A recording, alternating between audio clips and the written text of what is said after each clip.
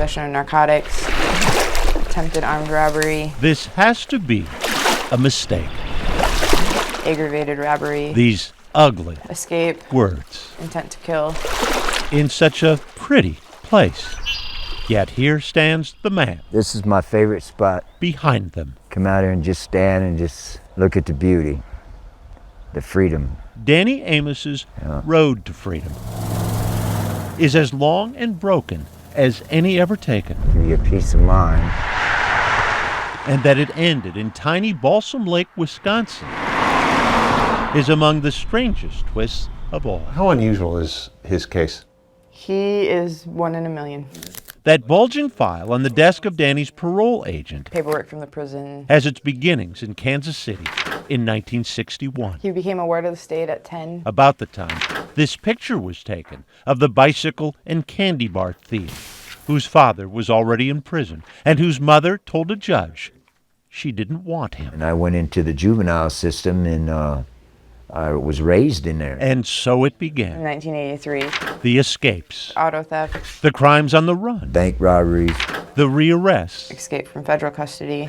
And ever harsher sentences. And I was locked down in solitary confinement for 13 years. I've been in at least 34 prisons. Until last August, when Danny, now in his 60s, was handed a check for $3.70, then released and delivered to Nicole Strom. When you were assigned his case, was there a moment where you said, uh-oh? Yes. Nicole Yes. was not optimistic. She put Danny's odds of remaining out of prison at slim to none. He hadn't talked to his family. He had no support network. But turns out the man who needed a miracle had arrived in the perfect place. I think the man upstairs brought me here personally. Alliance Church of the Valley Yep. was the first to answer. Good to see you. Good to see you.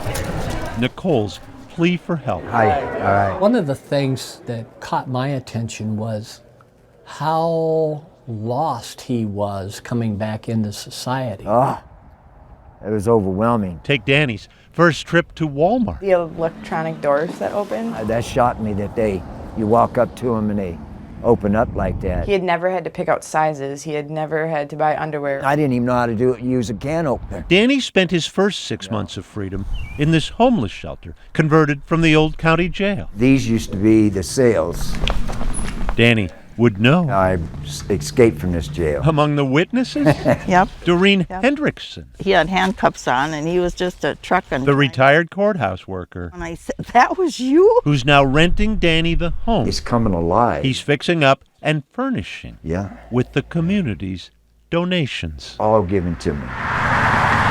Danny's driving lessons were a gift too, from Dana Frank. Some of the biggest pleasure I got out of it is just watching Danny's face. This is his farm right here. Dana's farm has become Danny's favorite place. He just saw that and was like, can I ride it? He'd drive up and down the yard smiling like a kid. There was an innocence, there was a true innocence. Innocence is not a word ever before applied to Danny. You gotta take your finger on here. Danny found Danny Amos here.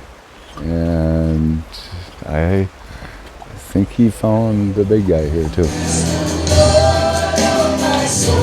Danny is now a member at Alliance Church of the Valley. How about a thigh? A volunteer. Would you like some barbecue sauce? Come here, Freedom. And a trusted friend. I'm blessed to have him in my life, and I know a lot of people are. Without these efforts? He'd be back behind bars. You sound certain of it. I am.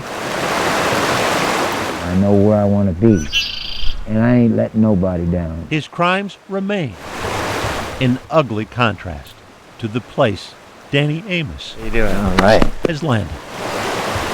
You'll have to come and see me at my house.